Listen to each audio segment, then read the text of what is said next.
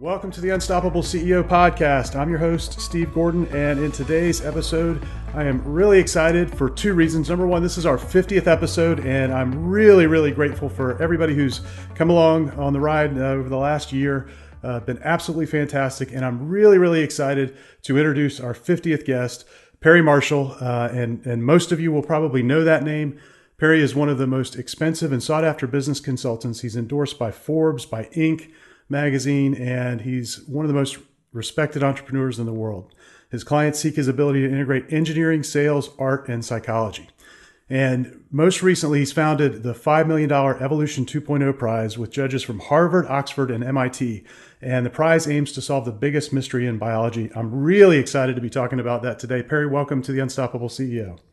Thanks for having me on. And just based on our conversation before we started, this is going to be a fun time. And I've always believed that everything is connected, and everything is a metaphor for something else. And to me, there are no walls between disciplines, even though most people compartmentalize to a great degree. So this is a very busting out of the compartments conversation. So I'm really looking forward to it. Yeah, it's going to be fun. So just to give everybody a little bit of context, I know a lot of people have probably heard of you. You've written a number of books in business, and you've recently written a book called Evolution 2.0. But give everybody a little background and context for how you got to this point in your life. So I'm the engineer who got laid off when his wife was 3 months pregnant with the first child, and had to scramble like crazy to, try to land on my feet. And I ended up in sales, and working for this technical sales company. And it was brutal. First couple of years was bologna sandwiches and ramen soup. And I managed to discover direct marketing, and roughly at the same time switched jobs to a slightly different company that had a website, and that was in 1997. And in so doing, I stumbled into online marketing, which really immediately started working. And it started working immediately because I had learned enough from Dan Kennedy newsletters and stuff like that to have some rudimentary sense of how to put a sales pitch in front of a person on the internet, like back in those very early days when nobody really knew what to do, right? We grew that company from $200,000 to $4 million in 4 years, and sold it to a public firm for $18 million. And so I said to myself, wow, well, I'm sort of good at this direct marketing stuff. I'm not fantastic. I'm adequately good. I'm fantastic compared to guys that sell industrial controls equipment, right? Which is like, in the land of the blind, the man with one eye gets to be king. What if I actually got really good at this? Well, I hung out my shingle, started a consulting firm. 6 months later, Google Adwords came into existence, which I quickly discovered was like the coolest thing I'd ever seen in my life. Then fast forward another couple of years, and I'm speaking at seminars around the world, and I'm selling the world's best-selling book on internet advertising, which is now known as Ultimate Guide to Google AdWords. So, went from bologna sandwiches and ramen soup to actually being able to pay my bills, and not having to move in with my wife's parents, which was a relief. So that's who I am. And I'm also pretty well known for a book called 80/20 Sales and Marketing, which is my manifesto on how sales and marketing should be done. So, the Google book, the Facebook book, well, if you want to advertise on Google and Facebook, then those books are clearly for you. But really, just about anybody who sells or even works for a living, I think, should read 80/20 Sales and Marketing, because it's a real big shortcut to learning how it all works. I wish absolutely. I'd had that book when I started. It would have saved me at least a year, if not 2 or 3. Yeah, I wish I'd had it when I started too. Unfortunately, it took you too long to write it. I got it about 10 years into my marketing journey. We have a very similar path. I started actually owned an engineering consulting firm before I went into marketing, and I, when I got to the 80/20 book, I read it and I'm like, okay, this was written for me. And so thank you very much for personally writing that for me. I appreciate it.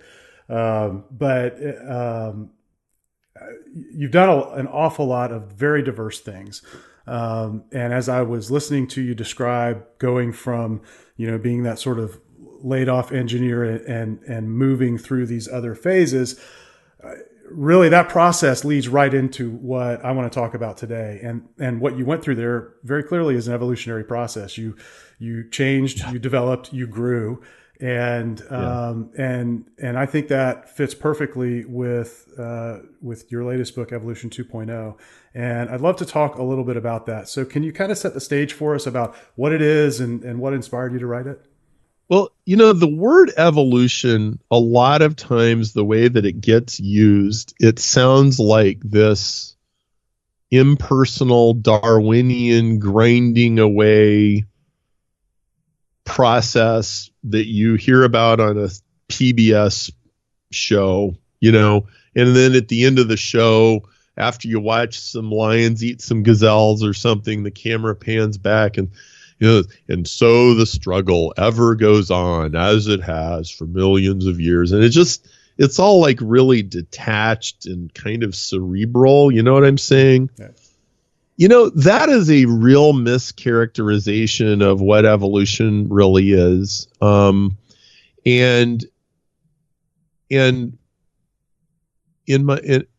I wrote the book Evolution 2.0 because I went down this rabbit hole and I became absolutely appalled. Like I didn't know the subject. I didn't understand it. So I guess I need to tell you what happened. So what happened was my brother got a seminary degree. So my brother and I are both pastors' kids, really grew up in Nebraska, very conservative upbringing.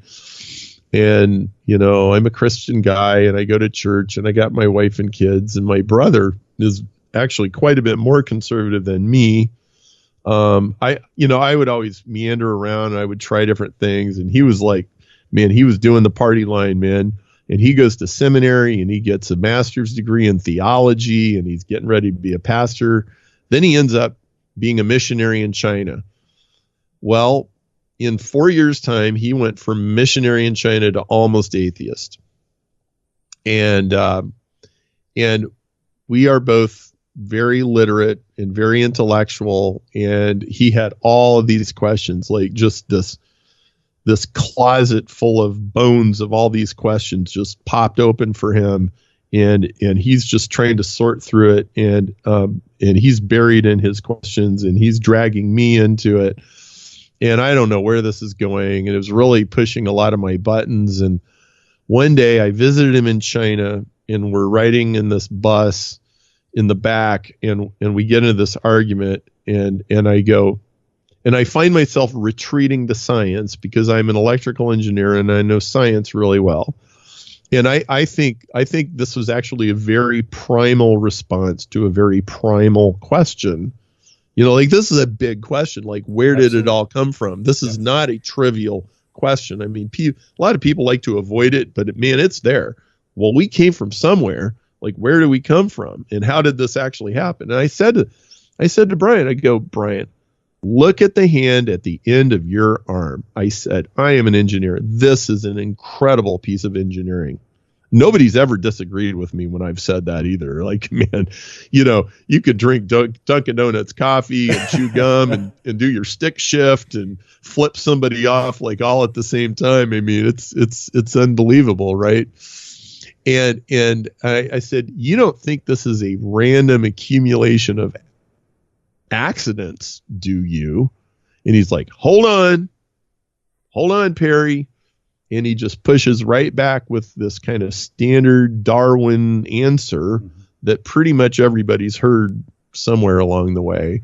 And he goes, you don't need any designers. You just need millions of years and natural selection and accidental mutations, and you're going to get a hand.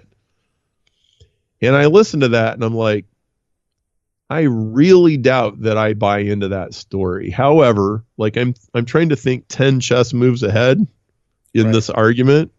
And I'm like, I don't know how to have this argument really. And I don't know that much about it, but I do know that a whole bunch of biologists, as far as I can tell, would agree with him, not me. And I don't have a biology degree. And I know from engineering, there's all kinds of crazy things that you would never guess or to be true. There actually are true. And I thought of very specific things that I knew, like I would have never figured that out on my own. But I know it's true. So I just actually kind of bit my lip and I stopped arguing with him. And I kind of inside my head and my heart, I said, I don't know. He might be right. I might be wrong. I'm going to go home and I'm going to figure this out. And I'm going to let science decide this for me. And the reason I'm going to do that is because we've going around and around in circles about like how you read the Bible and all these other questions and a lot of that stuff is really squishy and you can just change your position so easily and just never get to anything. But in engineering, you can't do that. And in science, it's a lot harder to go around in circles in science. Like you define something and then you have a starting point and then like I built and designed all kinds of equipment and stuff. And like, I'm going to use that kind of thinking. I'm going to figure this out. So I can figure like, do hands come from random accidents? If they do, I'll figure it out and I'll know. There must be a way to know. And so I went down the rabbit hole. Well, what I found was so much more amazing than I ever expected. It's just almost unbelievable. And the short version is that the version that I grew up on of how we got here was really butchered the science. Like I grew up, they taught me that the world is 6,000 years old and all this kind of stuff. No, it's not. It is most emphatically is not. And the version they told Brian wasn't true either. Okay. Hands are not an accumulation of random accidents.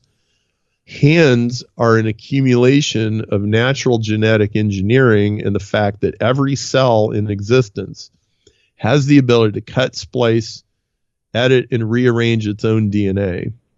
And that the evolution is basically the world's most unbelievable software engineering problem ever. And that every problem that Silicon Valley is trying to solve has already been solved in the cell. And I believe that we are here as a result of an evolutionary process. And the evolutionary process is so much more amazing than anything humans know how to design. It's not even funny. And so what I ended up realizing was that both sides, so to speak, were partly right and partly wrong. But the real interesting story was never being even told by either side. And that what you had was a classic case of political polarization where the sane people are all getting drowned out by the zealots on the extremes, which there's a whole chapter about that in my 80-20 sales and marketing book. It's, in fact, the previous election, Donald Trump versus Hillary Clinton, basically, they're both, in my opinion, nut jobs, and they completely dominated the conversation. And like, if let's say that we could sort of agree that Ben Carson was at least a sane guy, whether or not you wanted him or his policies, like he was at least willing to sit down and have a calm conversation. The calm conversation could not drown out, it couldn't even compete with like all the nutty stuff, that Donald and Hillary are doing. And this is what has happened to the evolution debate. Is in the middle, there's a very sane, very fascinating thing, but it doesn't lend itself to name calling and demonization and all this other stuff. And so I had to write this book because the book had to get written. Like, somebody has to write this. Somebody has to tell this story. And nobody had told the story. So this might sound like an outrageous statement, but Evolution 2.0 is the first book in 150 years that actually explains how evolution actually works in plain English that regular people can understand. Now, the story has been properly told at a PhD level in other books, and some of them are behind me, okay?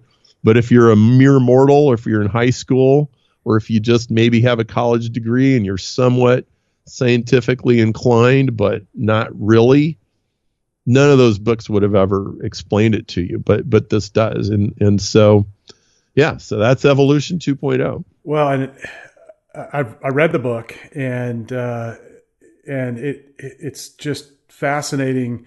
The way you've laid it out, I think, is masterful for a couple of reasons. One, you include all of the science that you've used as a background. So anybody that wants to go and dig deeper can do that. But you've also laid it out so that a layman can get into it and understand it. And really, you have two sides to this whole thing. And you've already said this can be a very, divisive topic. But that's not the reason I wanted to bring it here to the podcast. I think as I went through the book, it became very clear to me that this missing piece that you're describing in the book has so much power to impact the future of humanity and the planet, because there's so much knowledge, wisdom, intelligence in how biology is actually working at a very, very, tiny level inside of all of us and in everything.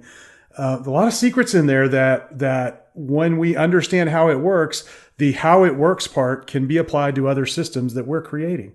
And yes, I think it's really, really powerful. And so can you kind of walk everybody through what you've discovered and what's existing in this middle ground that nobody's talking about?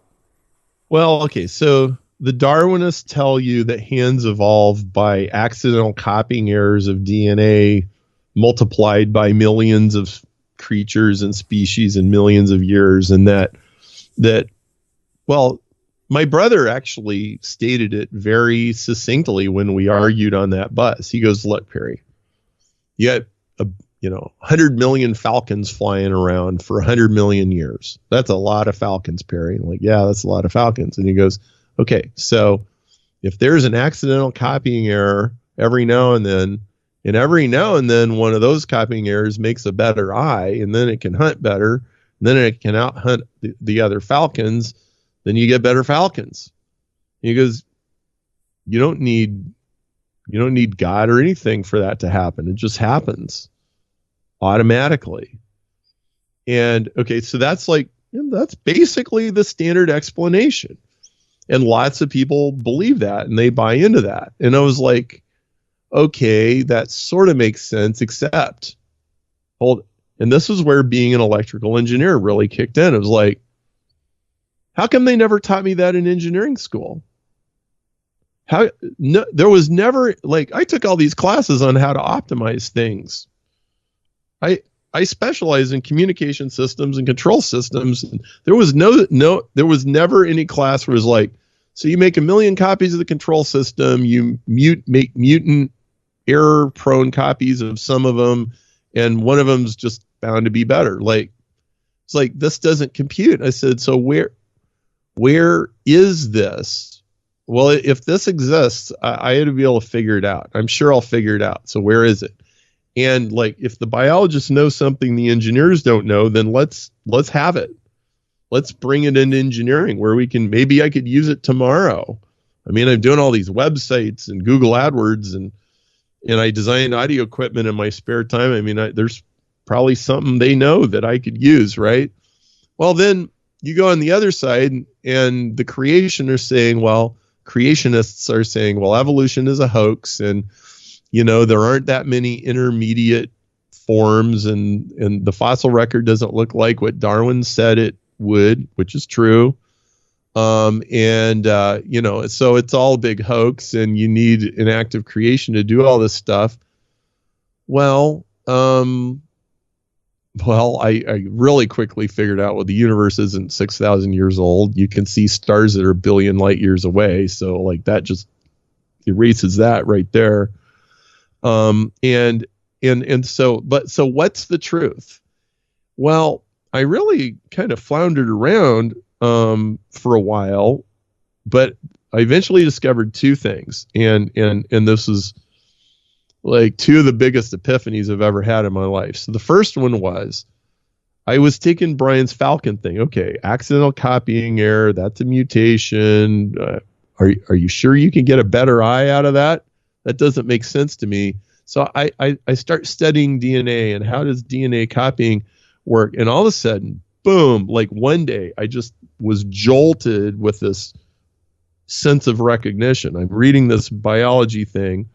I'm like, hey, wait a minute. I've seen this before. I know exactly what this is, which totally surprised me. I didn't see this coming. And what it was I wrote an Ethernet book in 2002. And it was with the world's largest society of process control engineers. It's how the ones and zeros go back and forth across the wire, because I used to live in that world. And and it's in its third edition now. It just, in 2017, the third edition of that book came out. Well, what I suddenly realized was almost everything that's true of Ethernet is also true of DNA and genes and chromosomes. It's all digital data, and it all obeys the same set of rules.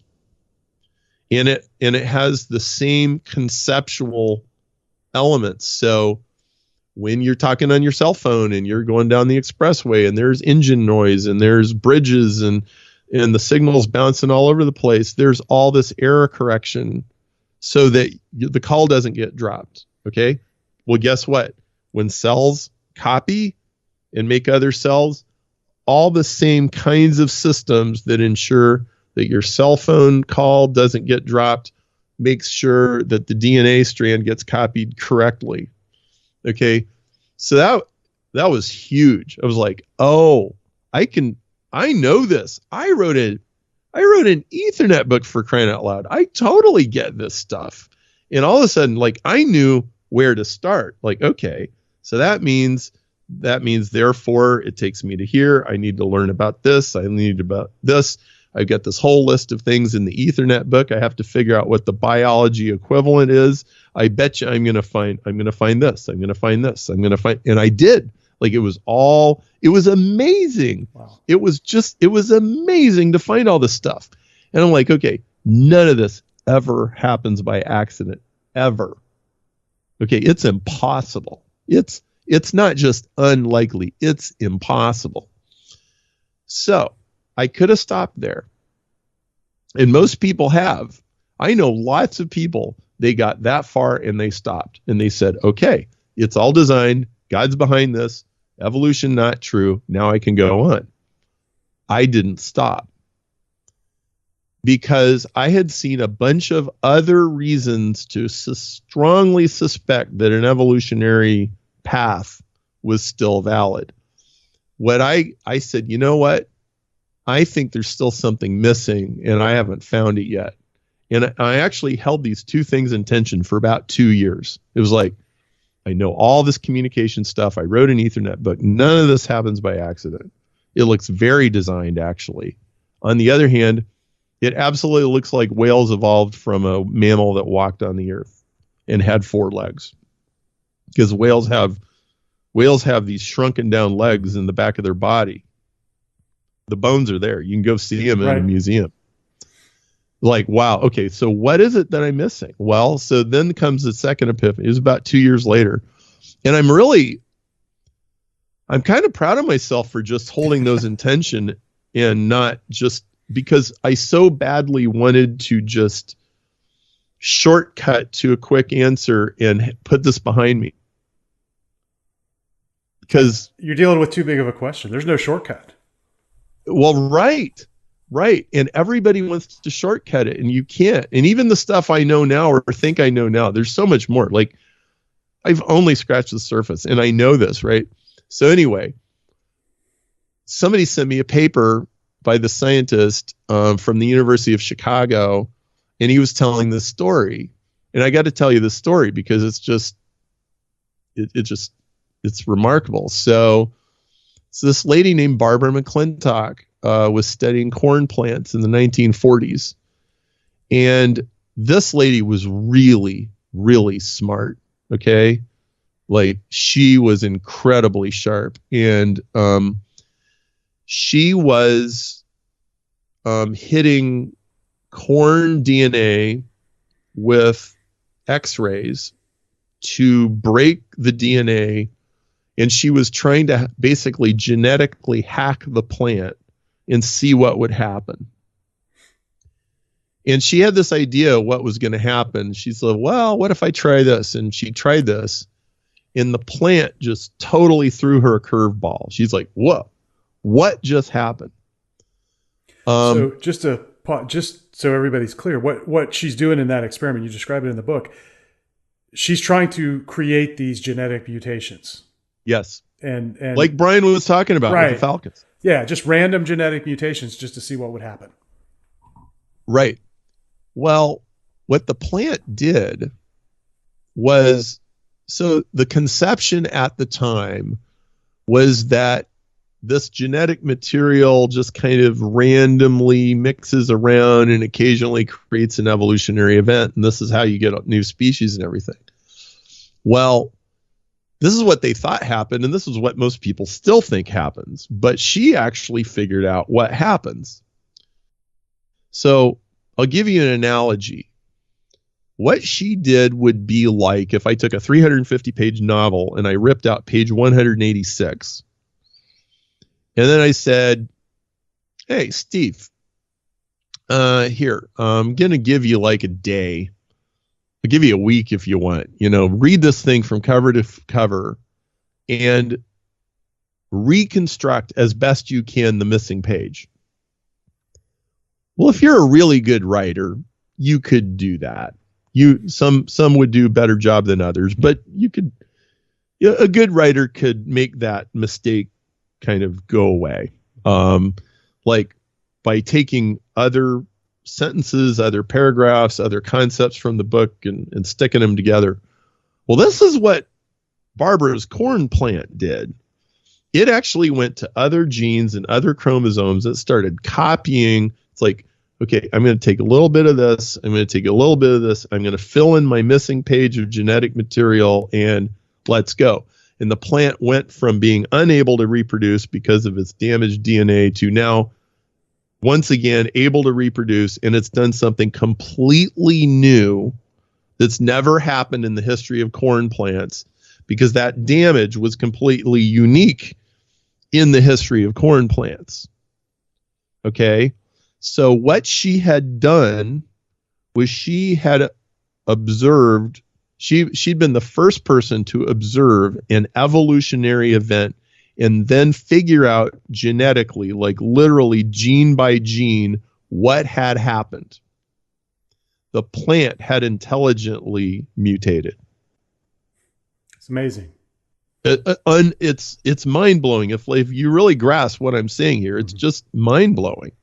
Okay, it's like software that rewrites itself. Okay, which your computer software on your computer does not do that, right? If like one of those files gets wiped out, it's gone, right? Well, her colleagues thought she was crazy. Like, no, woman, like, no. Like, no. That plant did not do what you just said it did. And like, they wouldn't accept it. And she went underground with her research for 20 years, but she kept doing it. Like, nobody would listen to her. She won the Nobel Prize in 1983. She has her picture on a U.S. postage stamp now. In my opinion, she's probably one of the 5 greatest biologists who's ever lived. Wow.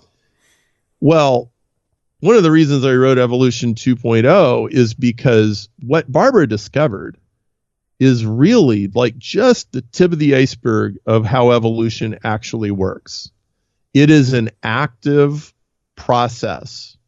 It's not just this passive accidental thing where crap happens and then better things just kind of emerge, that's the impression that the secular people always give you. No. Evolution is an active, intentional process. And so there's all these in Evolution 2.0, I call it the Swiss Army knife, that there's a whole series of tools that organisms use to adapt to their environment, to edit their DNA, to merge together, to form cooperative symbiotic relationships, merger acquisitions, is just amazing. And so now what I find is that entrepreneurs and CEOs, even if they don't have a science background, when they read my book, they relate to it, because what the book is saying is, so every entrepreneur, every CEO, every business leader, every sales manager, every marketing manager, anybody who's in a leadership position in a company, everybody knows, gun to your head, you have to make it's got to be better this year than it was last year, or you're dead, or you're on a death march. Like, make it better. Okay. So the car's got to be faster. The electronics got to be smaller. The software's got to be more beautiful. The movie's got to be better. The TV show's got to be better. The podcast got to be better. And like, you don't even know how to do it. You just know you have to, right? Well, I already made it the best I know how. Well, make it better, because if you don't, somebody else will. So that competition is always going on. But how do you evolve? You don't evolve by accident. Now, there might be serendipities and there might be lucky breaks, but man, like, you're applying mind over matter like all the time. And so really, if you run a business, you understand evolution way better than you ever probably thought you did. And so, Evolution 2.0 is not really a business book, but if you're a business person and you know kind of that mindset, you'll see business everywhere in that book. You'll see it in how cells cooperate and merge and do these amazing things. Did you know that 90% cell for cell, 90% of your body is symbiotic bacteria, and only 10% are Steve cells? Okay, that's crazy. That's a crazy statistic, but isn't it? Your intestines are full of bacteria that help you digest your food, and your skin is full of bacteria that protect you from hostile bacteria. If you kill them all with an antibiotic, somebody gets a yeast infection. That's because you killed your friendly bacteria. Termites can digest wood only because the bacteria in their intestines can digest wood. The termites can't. It's the symbiotic bacteria. In business, almost every quantum leap that you ever see in business is a symbiotic merger of two completely different things to make something new. So Uber, if we take taxis and we mix it with cell phone app, which used to not have anything to do with each other, you create this completely new, different business that never existed before that completely transforms the world. And all of the major steps in evolution are either symbiotic or hybrid mergers, because evolution does take leaps. So this is something that Darwin could never figure out. He's like, well, why does the fossil record jump from here to here to here without very many intermediate forms? It's because of merger acquisitions. And we see the same thing in technology. We see the same thing in business. We could go the history of the cassette player, or the Sony Walkman, or the iPod, or the iPhone, and it's all symbiotic mergers of, well, what if we take a telephone network and we merge it with the internet and we put a screen on it? And how about an app store? Well, that was an old idea too. It existed in Linux a long time before Apple was ever doing it. And they stir-fried all that together, and boom, you have the iPhone, which is like the most successful product ever in technology history. So we can learn a lot from evolution, like a lot. I find that biological evolution is a great way to pull myself out of my business space and my business assumptions, go into another world. How would a cell solve this problem? Well, it's already been solved like 2 billion years ago. How did they do it? And then you come back, and I really do apply this in business. I get paid a few $1,000s an hour to do consultations, and a lot of times I'm switching on the biology side of my brain in order to solve a business problem. Well, I'll tell you, you talked about these large jumps in the evolutionary timeline, and to me, when I read that, I thought, well, God, we're going through one of those right now in business. Everybody likes to talk about this magical D word, disruption, right? But that's just an example of the conditions being ripe in a lot of different places for people to make this jump. And Uber is a good example of that. But this isn't the first time we've seen it in business. No. It happened throughout the last century. But then if you look at all of our economic big jumps, they really all follow that kind of a pattern where somebody combined a couple of different ideas, which really is what this is. It's intelligent plus design, where humans are applying intelligence, designing something new and making this leap. And so as I was going through it, first of all, from a spiritual and just a personal context, fascinating read. But as I was going through it, I kept thinking, well, wait, that's what's happening in this industry. This is applied here. And that's one of the reasons I was really excited to talk about this. I know you do a lot of interviews on 80/20, and it's a powerful book, but I think it is, it's almost a subset of what is in Evolution 2.0. Evolution 2.0 is sort of a much broader look at this, and fascinating to see how these things change. And if you go get the book and you read it, I think it's going to give you a new perspective to look at the problems that come up in your business. Mm-hmm. Yes. And I've used this over and over and over again, and my customers use it. So in the Evolution 2.0 book, we have this concept called the Swiss Army knife, which is all these little things that cells do.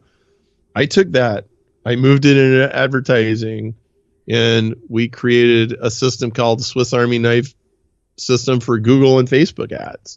And people use it, and they use it to jam together ideas that they would have never really thought to connect to each other, because the hardest problem, like in internet advertising or in technology or business period, it's the problem of novelty. How do I come up with something new that nobody's ever seen before that's also great? That's not just like a duck-billed platypus. There's a lot of those out there, right? And they kind of fail, right? Well, you need a system for thinking of how to do it. You can't normally just count on I hope it comes to me in the shower tomorrow morning. It may not come to you in the shower. You need a method, right? And so it really is powerful. And my assertion is that all evolution is fundamentally the same. We could talk about cells or zebras or Sony Walkmans or iPhones or jazz or politics or literature, and it all operates on the same universal set of principles. Well, so I believe that if we can teach people that universal set of principles, we can get a new renaissance. We can get another one. We had one 500 years ago. It's time for another one. It's long overdue, but you have to have a system for thinking about it. And you have to have a system that doesn't attempt to subdivide the world into these little compartments. It actually has to connect everything together. And I think the creationists have subdivided the world into, there's religion and there's science, and they're in conflict with each other. And you're just supposed to believe the religious version, right? The atheists basically do the same thing. They have this war between faith and science. I want to end the war between faith and science. There is nothing about evolution that pushes you away from God. The if I was to summarize evolution 2.0 in two sentences, it's Darwinists underestimate nature and creationists underestimate God. God is way bigger than either of those camps ever imagined God to be. Now, I'll give you an example of what I mean by that. So, Steve, back in the day, do you ever use DOS? Oh, yeah. Absolutely. Okay, right? The old Microsoft operating system, right? Well, I did too. And so I want you to imagine that DOS came out in 1981, and after that, Bill Gates never touched it. No programmers in Redmond, Washington ever touched it. And I want you to imagine that by its inherent adaptive capabilities, DOS developed a Windows desktop, and it developed an internet connection, and it developed Microsoft Word, and it developed Excel, and it developed antivirus. And then all the machines started updating each other's virus definitions every day. And I want you to imagine that all of that happened adaptively and automatically, and that we got to the Windows we have today without employees in Redmond, Washington. If that was what DOS did, would you be impressed? I think undoubtedly. You'd be like, oh my word. Yeah. Like, where did that come from? Who wrote that code? Mm-hmm. Okay, this is how people of faith should perceive evolution. It's the software that rewrites itself. If Microsoft knew what one bacterium knows, their stock would go up 10x, maybe 100x. Microsoft does not know what one bacterium knows. You know, there's a kind of famous YouTube video, and it's less than a year old, and it was done at Harvard. And it's really fascinating. They took this glass thing, and they put bacteria in it, and they put antibiotics in it. And then they did time-lapse photography for 2 weeks. And so it's in these sections. And so you start in one section. They had all these bacteria in basically a giant petri dish, and then they put antibiotics in it. Okay. And it killed almost all the bacteria dead. But there were a few that they rearranged their DNA, and they did all these recalculations, and they figured out how to resist the antibiotics. So then they took the survivors, and then they put them in the next section. And in the next section, the antibiotic was 10 times stronger. It killed almost all of them. This is like Survivor, right? This is like a reality show, right? 10 times the antibiotic, killed almost all of them. A few of them figured out how to resist the antibiotics. Then they start growing, and then they went to the next one. And it keeps going and going until I forget if it was 1,000 or 1,000,000 times the concentration of antibiotic. I think it was 1,000,000. Okay? And by the end of the 2 weeks, the winners, the progeny of the winners of the winners of the winners of the winners had all figured out how to combat the antibiotics. Okay? And you can look this up and find it on YouTube, or we'll send you a link. You put it in the show notes. Okay? It's really cool. All right? This does not happen by accident. Okay? This happens on purpose. This is the bacteria trying to figure out how to resist the antibiotic. Okay? This is the war in your immune system every day. This is what's going on when you wake up at 2 a.m, your throat is sore, and you can feel a sinus infection coming on. Your body and those bacteria are in an arms race. Now, what if Microsoft knew how to do that? Yeah, be seriously. Amazing. I mean, what the problems that we're facing right now, we're about to have,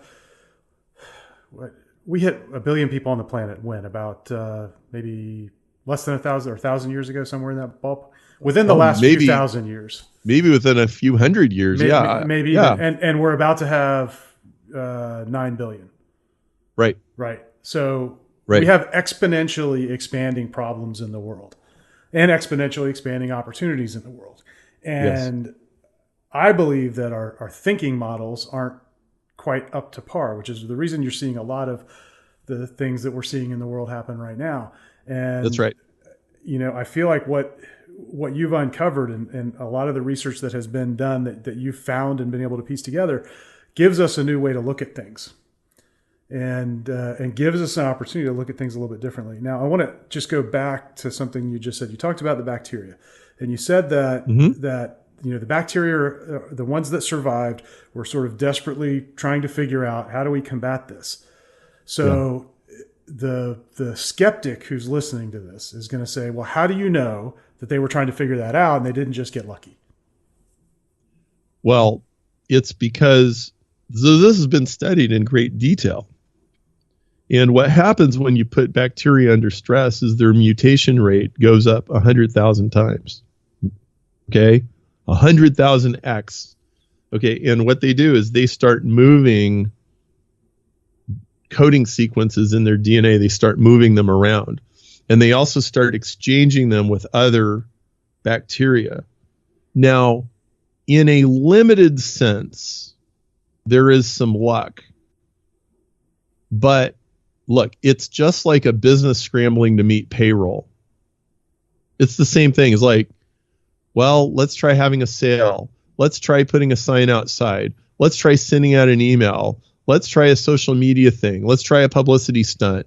What happens, there's a rumor that Fred Smith, who started FedEx, met payroll by going to Vegas one weekend and coming back with the money. Okay. Well, let's go to Vegas. Maybe that'll work, right? And anybody that's owned a business has gone through this, right? The only part that's lucky is that you don't know which one of those things is actually going to work. I would never claim that these bacteria know in advance what's going to work, but they know what to try. So they see new, changing, adverse condition. Yeah. Or maybe new opportunistic set of conditions in the environment. And new food. If I could digest that food, man, we would be in really great shape. Yeah. Yes. Yeah. And so they say, okay, let's see if we can figure out how to deal with this. And they start changing things. Kind of like what we would do as complete creatures. Yes. Exactly what we would do, actually. Exactly what we do every day. Yes. Which brings me to another connection between 80-20 and all of this. So I'd read a lot about 80-20 before I came across your book. And I don't remember how far into your book you talk about it, but you talk about the fractal nature of 80-20. I just had one of those. Should have had a V8 moments, right? Because I hadn't seen that yet. And the minute that I saw it, I was like, oh, yeah, of course. And me too. Really, that's what's happening. If you look at and I really encourage people to get the book because you'll see this all the way from a cellular level at the DNA level, the sort of the changing and decision making really which is what is happening there, is very, very similar and just a micro version of what happens at the larger level, at a human level or at an organizational level or at a national level or at a global level. Yes. And that's what I saw in it as I went through. Yes. Well, you are astute. Not everybody picks up on that, but yes, evolution is fractal. Okay. So there's evolution at the single cell level. There's evolution of a single system in your body, like the immune system or your nervous system. There's evolution of the whole organism. There's evolution at the population level. And so, like, most of this stuff has been dumbed down to just pure ridiculousness. And the fact is that there are evolutionary progresses being made at every level of analysis. Okay, the world is profoundly sophisticated and profoundly intentional in ways that we can't really imagine. And until we accept that, we're going to be really stuck. I think the next big revolution in science is going to be when the purposefulness of nature is fully accepted. Now, in biology, it has been verboten to admit that biological organisms are purposeful and evolve purposefully. It's been like just completely banned from the field. Well, a good friend of mine, Dennis Noble, just published a paper, and it took quite a political fight to get this paper to publication. And it's in the journal Biology, which is a major journal. And the name of the paper is called, "Is the Watchmaker Blind or Does She Have One Eye?" Okay. And it's a reference to Richard Dawkins' book, The Blind Watchmaker, which asserts that all the evolutionary steps are blind and purposeless. They're not. And he documents in the paper. It goes to your question. That's the skeptic. Well, that's just luck. He shows that it's not luck. He shows that organisms are actively using cognition to make changes that are relevant to the context of whatever is going on. It's really brilliant, and it's very well documented. So I think what you're going to see happening in the next 20 years is, you're going to see a whole complete shift in going from seeing nature as bottom up and just like molecules to man, to seeing nature as systems within systems within systems, where there's top-down causality, there's bottom-up causality, there's, at every level of interaction. And we have to learn to think this way. You'll find that the best artists, the best engineers, the best musicians, the best business managers, they all think that way already, whether they have language for it or not. But really, everybody's got to go to a higher level of thinking. And that's, so I think our whole society is going through a birthing process right now, and we're seeing huge birthing pains. We've got the compartmentalization of social media and the echo chambers and the polarization and the Charleston, West Virginias. And we're seeing all these conflicts going on. And it's because we have to go to a higher level of consciousness. And if we don't, we're in trouble. And like the outcome is not determined. Like we could all collapse into the abyss, or we could make the leap, but we're not going to be able to stay where we are. I mean, I absolutely guarantee you that we're not going to stay where we are. Perry, this has been absolutely fascinating, and I've enjoyed the conversation. I hope everybody else has enjoyed eavesdropping on our conversation. And you've launched something called the Evolution 2.0 Prize. Would love for you to share a little bit about that, and then tell people where they can find out more about what you're doing in business and on this topic. So you've been talking back to me during this interview about how important it is. Like, we have to figure out how this actually works. We have to understand this. Like, we can't just shrug it off as an accident. We also can't just say, oh, well, it was a miracle, God did it, so that's it. There's nothing else we can understand. Neither one of those positions is scientific. I mean, I totally believe in God, but like that's like kind of like an endpoint. That's not the whole explanation, right? It's our job as curious human beings to figure out how it all works. And so I decided that the deepest, most fundamental question in this whole issue is, well, where does code come from? How do you get a code without designing one? That if you could answer that question, that most of the other questions will actually fall in place. And so I put together a $5 million technology prize. And if somebody can solve this, then my private equity group, which is called Natural Code LLC, we want to patent it and buy the patent from you and make you a partner in our effort, which would probably make us all a very large sum of money. Probably the $5 million would just be a good start. And so I put together a prize. It's called the Evolution 2.0 Prize. If you go to naturalcode.org, you can see all the details. And I have the leading physiologist from Oxford on my judging panel. I have the leading geneticist from Harvard and MIT also on my judging panel.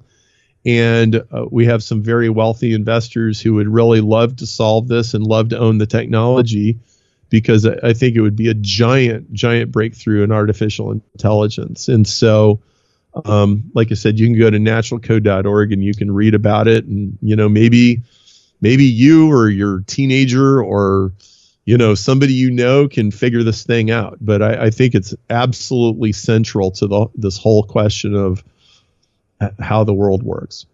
It's been fascinating. And for those who want to find out more about what you're doing in business, where should they go? So the business side, go to perrymarshall.com, and in the evolution side, you can get 3 free chapters of Evolution 2.0 at cosmicfingerprints.com. Evolution 2.0, it's in Audible, it's in paperback, it's in hardcover, it's in Kindle. So however you like to consume a book, it's all on Amazon. And you'll never see the hand at the end of your arm the same way again after you read this book. And you'll probably, if you're a little bit extra aware, you'll see business and biology, and you'll see biology and business for the rest of your life. And it'll be just a new way of seeing the world. And that's always valuable. Absolutely. Hey, Perry, thanks so much for investing some time with me this morning. This has been a lot of fun. Thank you. It's really great to be on. And thanks for paying so much attention when you read the book. I mean, not everybody has that level of awareness, but clearly you did. And I salute you for that. Thank you. Yeah, no, it was a great learning opportunity. I always welcome that. Thanks.